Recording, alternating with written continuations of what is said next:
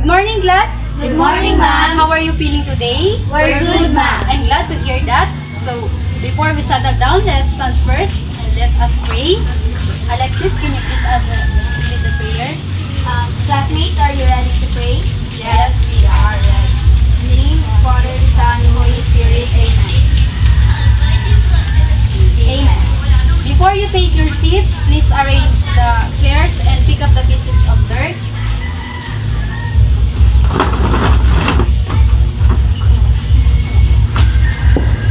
Thank you, class. You may now take your seat.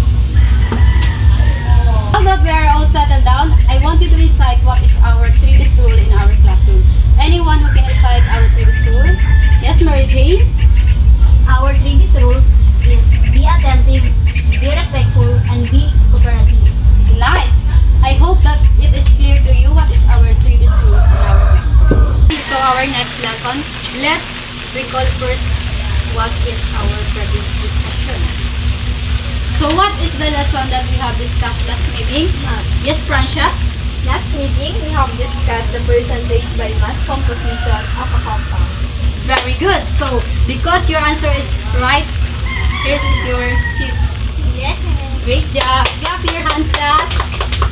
We are in the next chapter, but before that, I will give you a quick test to determine your prior knowledge about today's lesson. We will have a game show called Battle of Knowledge. So where the class will be divided into two groups, and for each group, I will provide a whiteboard and a white marker where you can write your answer. This is the group 1 and this is the group 2.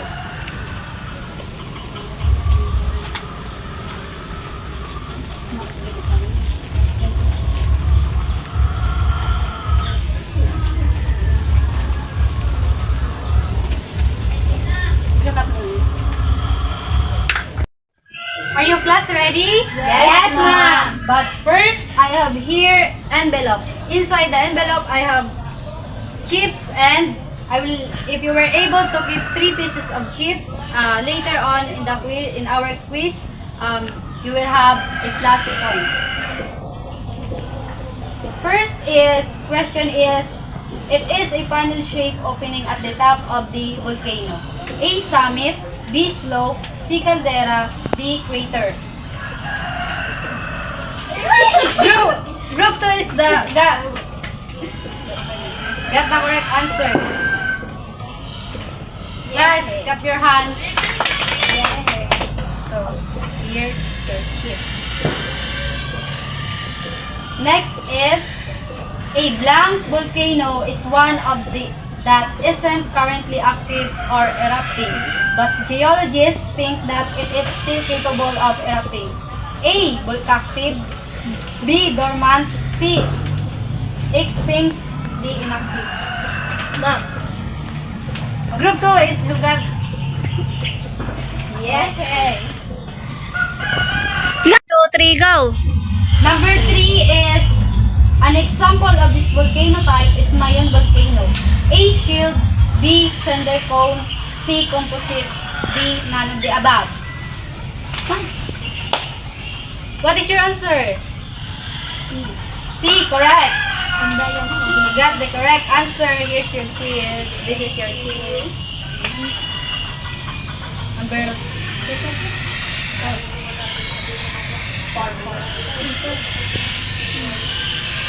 Number 4. An example of this volcano type is Mount Pinatubo. A, shield, B, cinder cone, C, stratovolcano, D, volcanic domes. Group 1, you got the correct answer. C is the correct answer. Stratovolcano. And the last is, which type of volcano is known for its explosive eruptions and steep sides? A, shield volcano, B, cinder cone, C, stratovolcano, D, lava dome. Group 2, you got the first.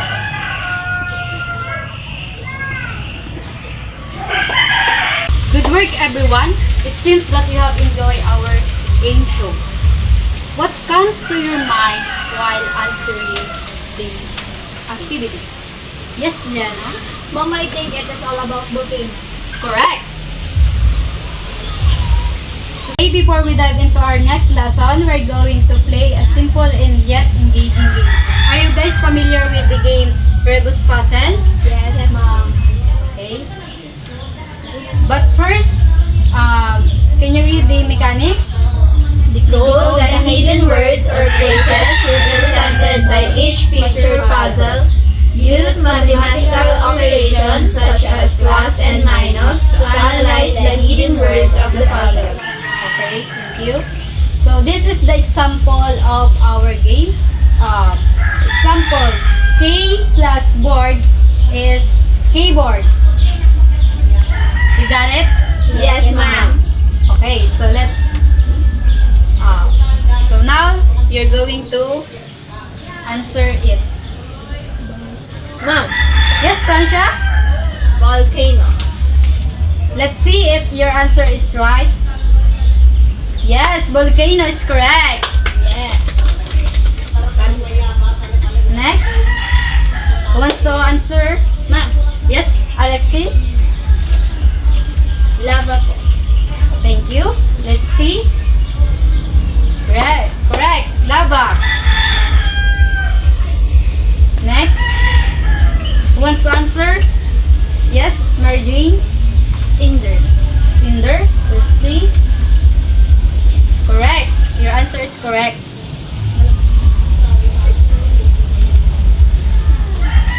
Who wants to answer? Yes? Composite. Composite. Let's see. Right. Next. Yes. Cones po. Cones. Correct.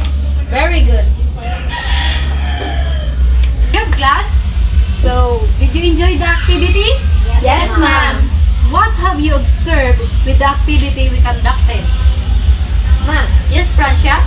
I think the activity we conducted has something to do with volcano. Correct. Based on the activity we conducted earlier, what do you think is our topic for today? Yes, Alexis.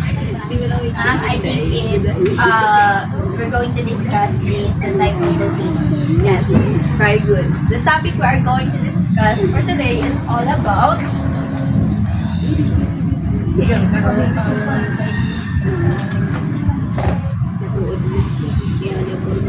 everyone, please read. Types of volcanoes. So, let's take a look of the objectives of this lesson.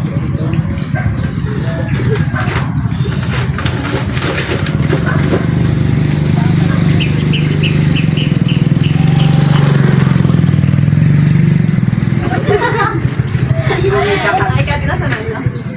Everyone, please read our objectives for everyone, please read the objectives for today's lesson. A. Describe the different types of volcanoes. B. Demonstrate how volcano erupts. C. Recognize the importance of classifying the types of volcanoes. Thank you, everyone. So, now that you already have a group name, each representative of the group will come in front. Please come in front and pick up your activity.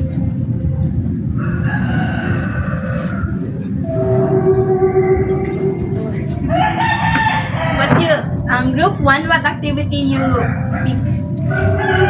Activity 2. I am lost where I am. How about the group?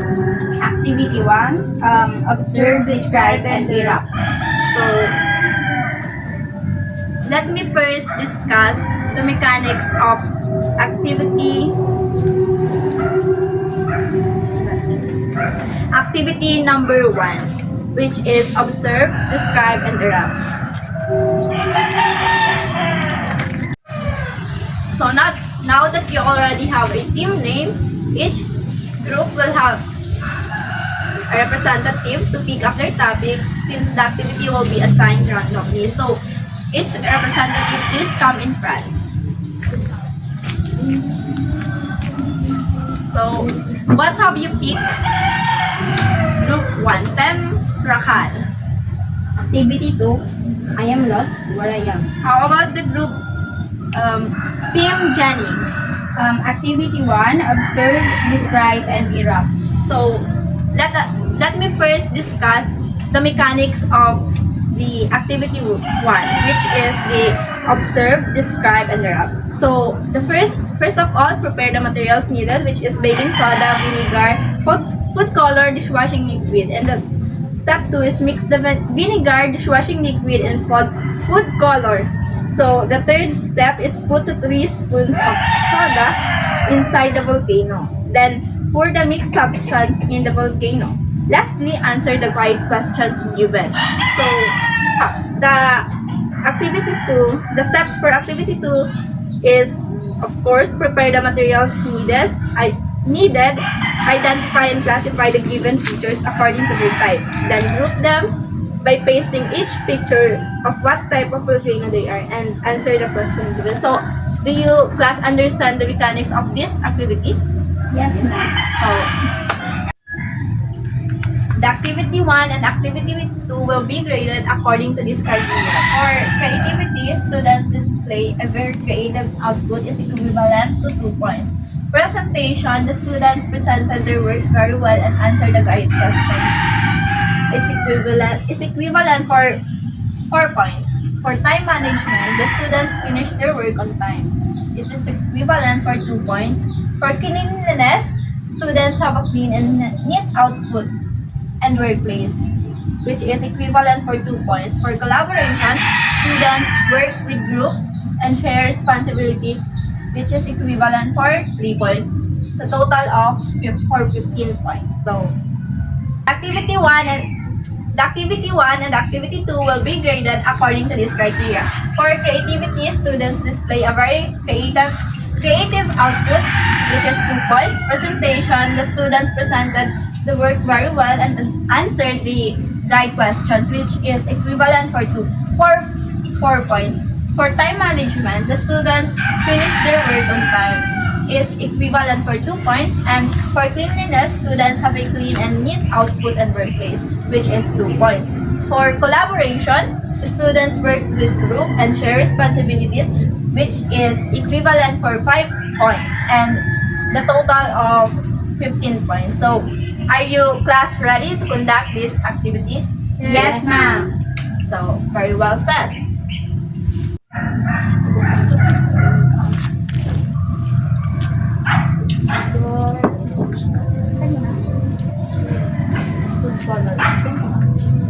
Ay, bukaan! Di mo magpusan, gatingay sana yan. Gatingay na pa.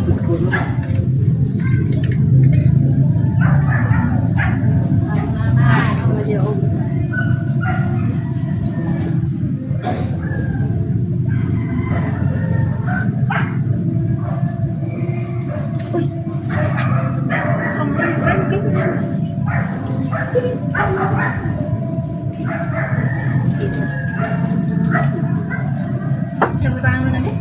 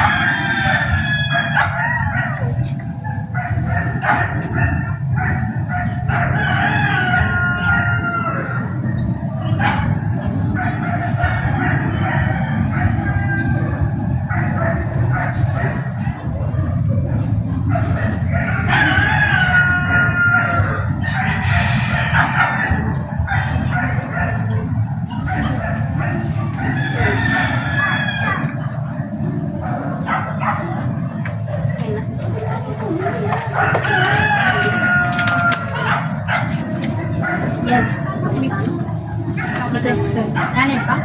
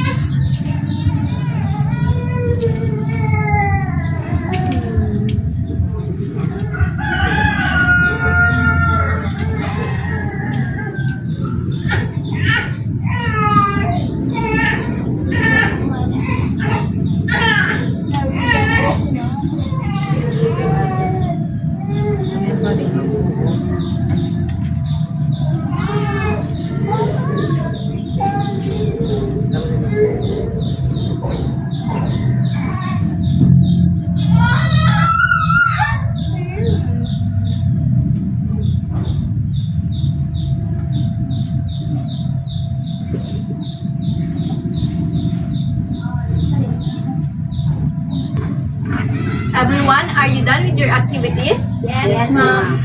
So, representative of group 2, please come forward and present your activity based on answer based on your activity.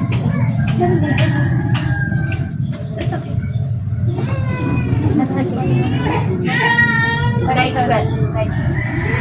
What materials did you use to create a volcanic eruption? We use... Iya, parang group reporting yan. Ilan nga pala nakalulaman ako. Ikakat ka naman. Kunyari, ka na. Take 3. Number 1. What materials did you use to create a volcanic eruption? We used the soda dishwashing liquid and vinegar. Number 2. What do you think the role of the dishwashing liquid is in this model? The dishwashing liquid creates a bubble when it was mixed with other substances that represent the ash and the gas clouds that produce during the volcanic eruption. Number 3. When the baking soda and vinegar reacted, what things did you observe? The things that I observed when the two substances reacted, I observed a change of color and it produced bubbles of gas and a high sisa. Number 4. In what way does this activity help you understand the importance of classifying volcanoes? Through this activity, we were able to learn about the behavior of how different volcanoes erupt. Number 5. What did you observe in the model of the volcano? How will you compare it to the real volcano? I observed that the model of the volcano seems similar to the real volcanoes because it seems to show how the lava flows when the volcano is erupting. Please, clap your hands for group 2. So, group 2, job well done for that. Alcola. Nalubot mo na siya.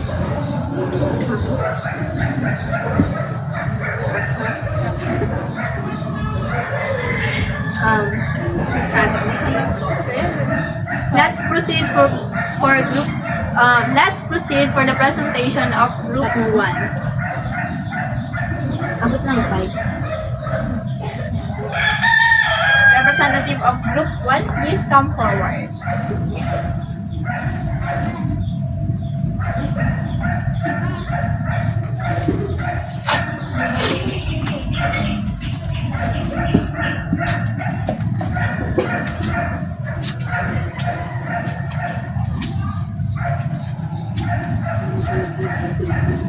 Udah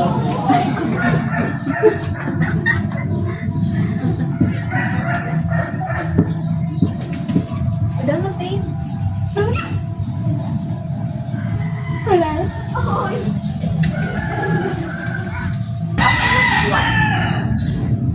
Good morning, everyone. This is the work of Group 1. The example of cinder cone is the Cerro Negro in Nicaragua. An example of composite volcanoes is Mayon volcano in Albay, Bicol. An example of shield volcano is in Mauna Loa in Hawaii. An example of volcanic dome is Mount Onsen in Japan. An example of supervolcanoes is Yellowstone caldera. An example of submarine volcanoes is Tunga Tunga, Tunga Hapai. And lastly, the example of subglacial volcanoes is Katla in Iceland. Number one, what type of volcanoes are there? Cinder cones. The types of volcanoes is cinder cone, composite volcanoes, shield volcanoes, volcanic dome, supervolcanoes, submarine volcanoes, and subglacial volcanoes. Why do you think it is important to classify the types of volcanoes? It is important to classify the types of volcanoes for us to know what their types are and how they behave when they are erupting. What criteria did you consider when classifying the different types of volcanoes? We consider their shape, geological setting, and eruption style. What challenges did you encounter when classifying and identifying the different types of volcanoes? The challenge we encountered when classifying the volcanoes according to their type was that we only had limited data about each volcano, only their pictures and names. How can we classify volcanoes? Volcanoes can be classified based on their shape, eruption style, and type of the lava they produce. So, please give a round of applause to group number 1. So, that's a very wonderful presentation from group 1. Even though you only given limited data, you're able to identify and classify the volcanoes according to their type. So, your strategies in classifying them was a very good choice, which are their shape, eruption style, and geologic setting. Based on your performance, both groups will receive a 15 points because you guys perform beyond my expectation. So, do you have any idea, based on the activity we have conducted, what do you have any idea now what is volcano? Everyone? Yes, Alexis. Volcano is an opening on Earth's surface where molten rock, gases, and other pyroclastic materials are ejected through the crust. Thank you very much. That's a very good point. And based on the activity we conducted, what do you think? How do you think we can classify the types of volcanoes?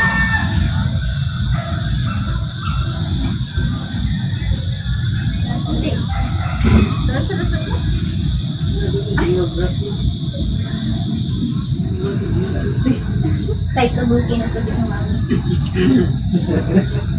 Sorry. How do you think? Sorry. Sorry na ako, Miko. Please. Napapa-share lugod ako. Nagtanda sa natin. Based the activity given. Based on the definition you give. Pura mo muna kayo sa cellphone ni Angel. Ako na gusto niyo. Diyan na sana.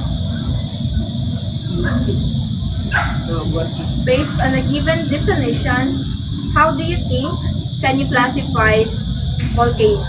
Everyone of volcanoes. So every one of you know what are the 7 types of volcanoes?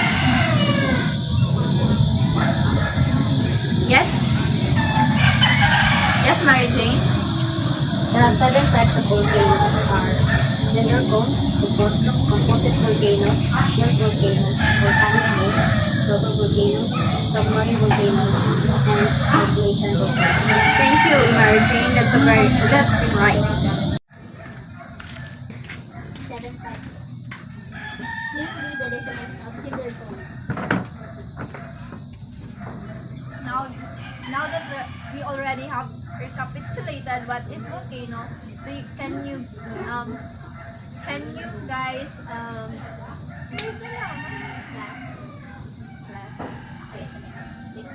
now that we already recapitulated what the definition of volcano, can you class recite the 7 types of volcanoes? Yes, Mary Jane.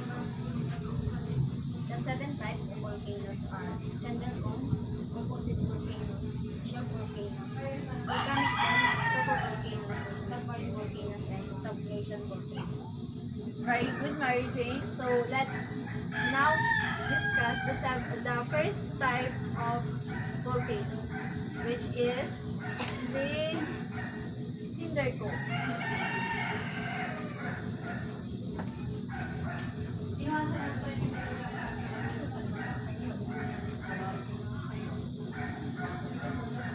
Alexis, please read the definition of cinder cone. Cinder cone. These are small, steep-sided volcanoes made up of loose, bright pyroclastics such as ash, cinders, and volcanic bombs.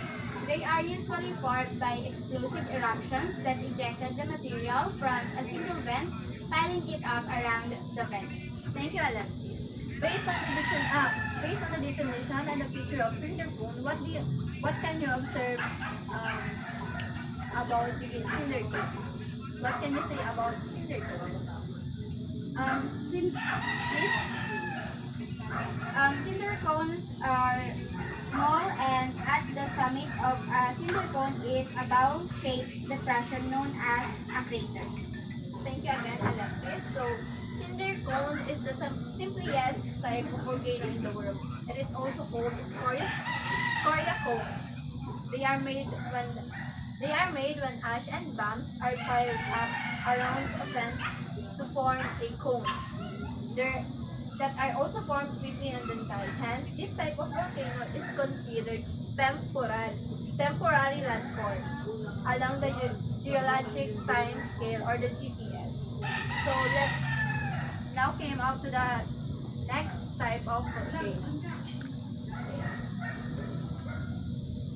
Cinder cone. The second one is composite volcanoes. Who wants to read the definition of? Yes, Mary. Composite volcanoes. These are those. Let's discuss the second type, the next type of volcanoes, which is the composite volcano. So who wants to read the definition of composite volcano? Yes, Mary. Composite volcanoes. These are tall, step-sided volcanoes with a classic cone-shaped appearance. They are formed by alternating layers of lava, ash, and other volcanic fluids. They can have explosive Dagus mo sana. eruptions and are known for their powerful explosion and plastic flows. Thank you, Mary Jane, for reading the definition of composite volcano. So, what do you think? I have a question. What do you think the difference between the cinder cone and the composite volcano? Yes, Mary Jane. Composite volcanoes are much larger than the cinder cone, and it is primarily composed of andesite, and tempera, and volcanic ash. So, composite volcano is also called stratovolcano. It is one constructed of alternating layers of pyroclastic materials, acidic and with high silica content. And They are solidified lava flows. One of its essential features is the conduit system, which contains a central or clustered group of vents. So compared to a cinder cone, composite volcanoes is built over a long span of time. They are louder and more destructive than other volcanoes. They are very explosive because they are gases that are trapped in the molten rock, and they are pointed in shape. So let's proceed to the third type of volcano, the shield volcano. So Charlene, please read the definition of shield volcano. Shield volcanoes. These volcanoes have broken them trees sloping cone shapes similar to a warrior's shield laid on the ground. They are formed by numerous lava flows that spread out in all directions from a central vent. Shield volcanoes typically have non-explosive eruptions and produce granular lava that flows for a long distance. Thank you for that, Charlene. So, what do you think the eruption of shield volcano is relatively violent? Relatively non-violent. Yes, Charlene. Shield volcanoes eruptions are relatively non-violent due to the low viscosity of their basaltic lava, allowing gases to escape easily and resulting in jam-dome, diffusive eruption characterized by lava flows rather than explosive activity. So, that's correct. And shield volcano is quiet and somewhat flat. It forms from a quiet eruption. Lava flows out quietly and for great distances. Some of the largest volcanoes in the world are listed under this type. So let's proceed to discuss the next type of volcano, which is the volcanic dome. Alexis, please read the definition of volcanic domes. Volcanic domes. These volcanoes are rounded, steep-sided mounds that is formed by small bulging masses of lava, primarily composed of either dacite or rhyolite. Thank you for that. So from the different type of volcanoes, how do you think volcanic dome is different from the other type of volcanoes? Yes, Alexis. Volcanic domes differ from other types of volcanoes like shield and stratovolcanoes in their composition and eruptive behavior. That's right, Alexis. So volcanic domes are also called lava domes. They are built by slow eruptions of highly viscous lava and sometimes form within the crater of a previous volcanic eruption, but can also form independently. Like stratovolcanoes, they can produce violent explosive eruptions, but their lavas generally do not flow far from the originating vent. So let's proceed to the other type of volcano, which is the supervolcanoes. Yes, Marjorie, please read its definition. Supervolcanoes. These volcanoes are described to produce the largest eruption on Earth. These volcanoes Kusog. eruption as the magnetic earthquake and the volcanic explosive. Kusog Jane. This means the volume of deposit for such as eruption is greater than 1,000 cubic kilometers. Please remain standing because we are going to answer one question. So, from the definition that have you read, how do you think supervolcanoes differ from regular volcanoes in terms of their size and eruption potential? Supervolcanoes differ from regular volcanoes in both size and eruption potential. They are characterized by much larger magma traversing and produce cataclysmic eruptions capable of ejecting thousands of cubic kilometers of material. Whereas regular volcanoes typically have smaller magma chambers and produce eruption on a much smaller scale. Thank you, Mary Jane. So, Yellowstone crater is one example of supervolcanoes. It is located located in United States because it is typically has calderas with large basin-like depressions measuring tens of hundreds of kilometers in diameter, which are formed after massive eruptions. Empty the underlying magma chamber, causing the volcano to collapse. So let's discuss So did you understand the topic we had earlier? Yes, ma'am. If you say so, let's have a quick activity. As you can see, there's and your name was here, and whoever selected by this spin wheel, the name will, selected by this spin wheel will be answering my question. So are you ready? Yes, ma'am. Let's start for the question number 1. Alexis, here it is. The question is, how do types of volcanoes differ? The types of volcanoes differ because of the shape of their cones. Yes, that's correct. So, for question number 2. Alexis again. The question is, what is impact of the eruption on the environment and society? During the heavy ash rains can lead to crop failure, animal death, and deformity and human illness.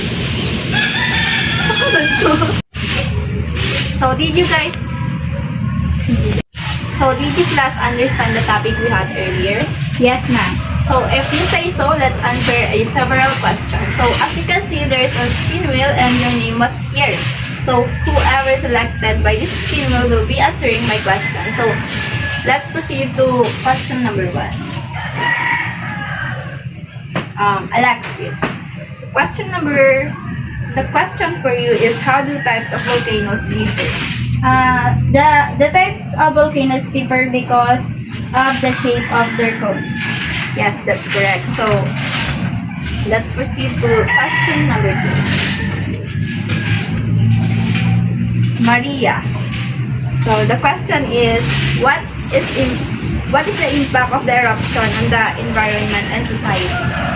I think during the heavy ash rains, it can lead to crop failure, animal death, and deformity and human illness. Absolutely, that's correct. So for question number 3, it's you, Francia. So the question is, it is an identification. It is a type of volcano that erupts underwater.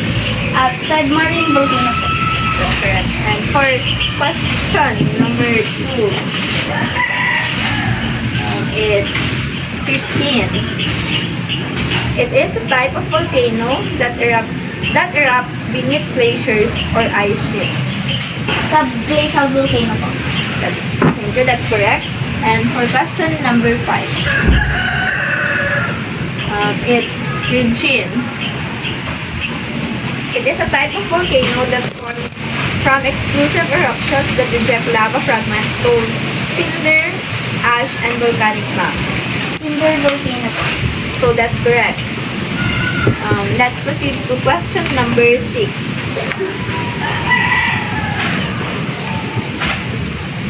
It's Leo. It is a type of volcano that are small, steep-sided mounds or hills formed by the slow explosion of highly viscous lava. Volcanic domes po. Yes, precisely. That's correct. It's Julia. For question number 7, they are large, steep-sided volcanoes built up by alternating layers of lava flows, volcanic ash, and volcanic debris. Composite volcano, ma'am. That's correct. And for question number 8,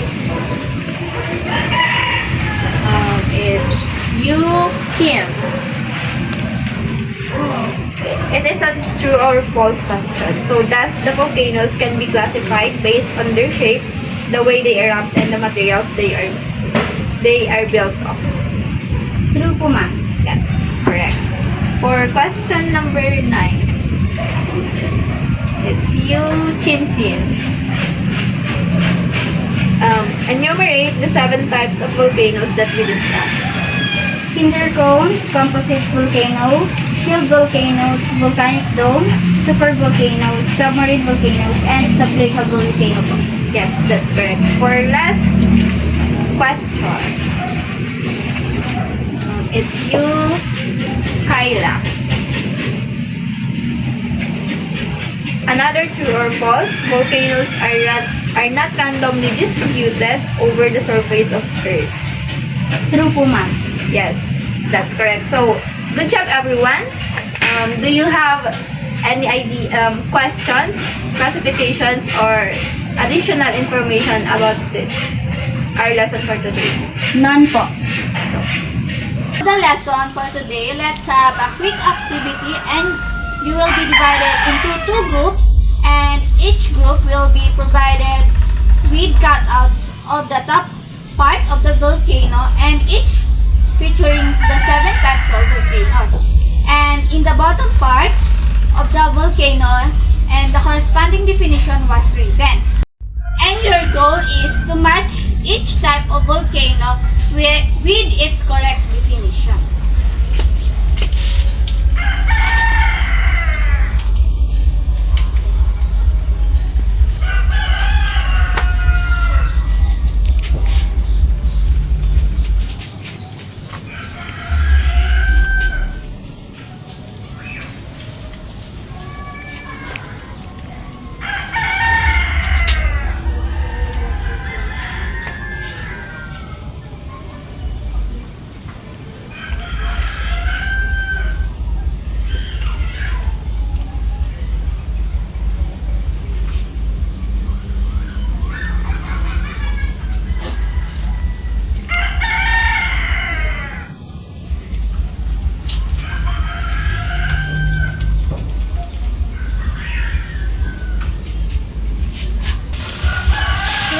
Top part of volcano and face your answer with the correct corresponding.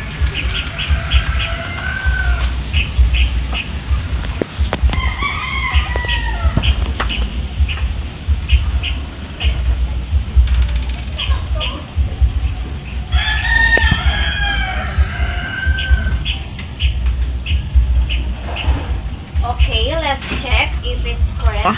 Please read the definition and your answer. A volcano that has had an eruption with a volcanic explosivity index of 8, the largest recorded value on the index. What is your answer? Supervolcanoes. Okay, it's correct. Here is the sheet. Now, please read the number 2 and the answer. It is known as lava dome. It is a small and often forms inside the caldera of a stratovolcano. What is your answer? Volcanic dome. It's correct. It is volcanic dome. Here's another sheet for your answer. And please read the number 3. A volcano that erupts beneath the sea surface, with most of them located along mid-ocean ridges. And your answer? Submarine volcanoes. It's correct. It is submarine volcano. You may now sit down. Thank you, ma'am. So, pause mo muna dito. For the group 2, here's the top part of volcano, and face your answer with the correct.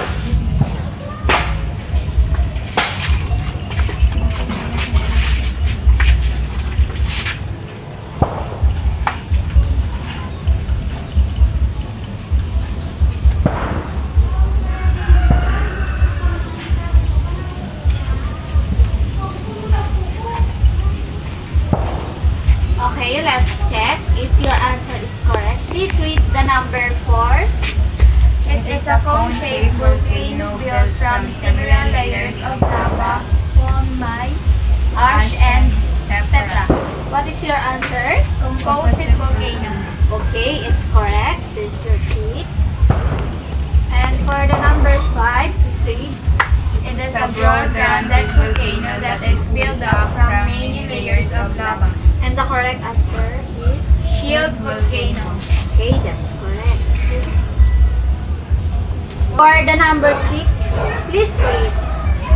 A volcanic edifice constructed in whole or in part by eruption beneath ice. What is your answer? Subglacial volcanoes. Okay, that's correct. And for the last, please read. They are formed quickly and then die. It is the simplest type of volcano in the world. And your answer is? Cinder cones. Okay, that's correct also. Thank you. You may now sit down. So, great job everyone. You put the missing part of the volcano in their particular position. Have any question, classification, or additional information, class? None, ma'am. If none, let us have a short quiz and get your notebook and ball pen and number it to 1 to 5.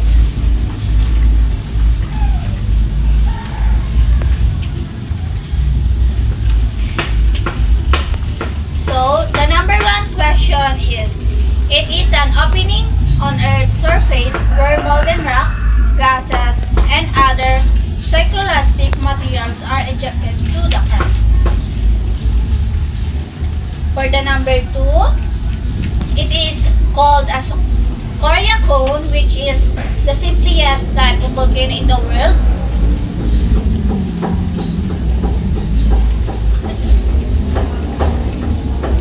For the number 3, it is called a stratovolcano, and it is one of constructed of alternating layers of cycloelastic materials and solidified lava flows.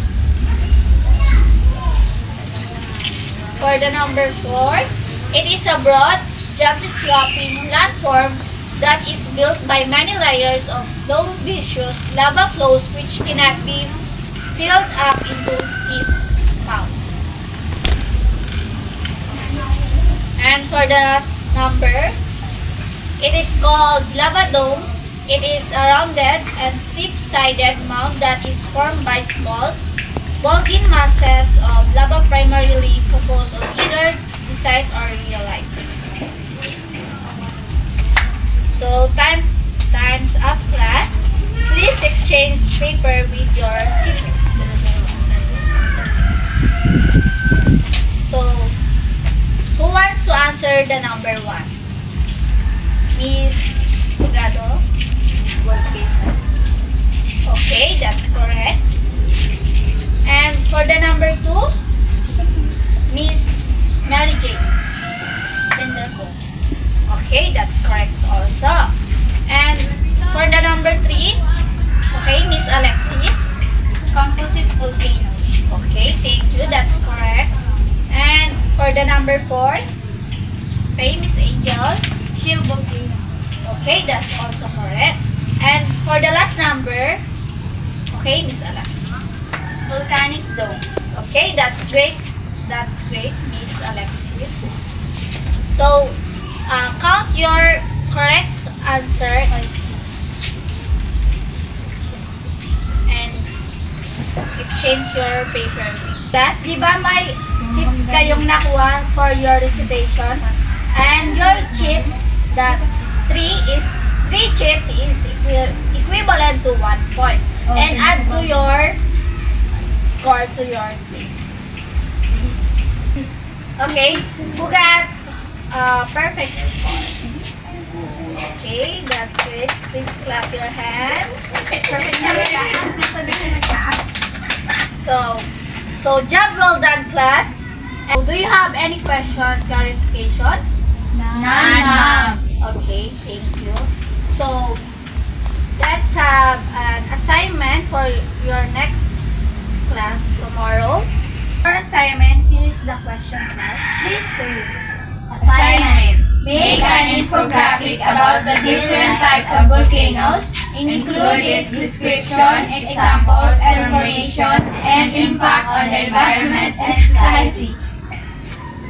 Your assignment will be graded according to these criteria, which is the number 1, creativity, accuracy of content, time management, cleanliness, graphic, and picture. And it will be total of 15 points.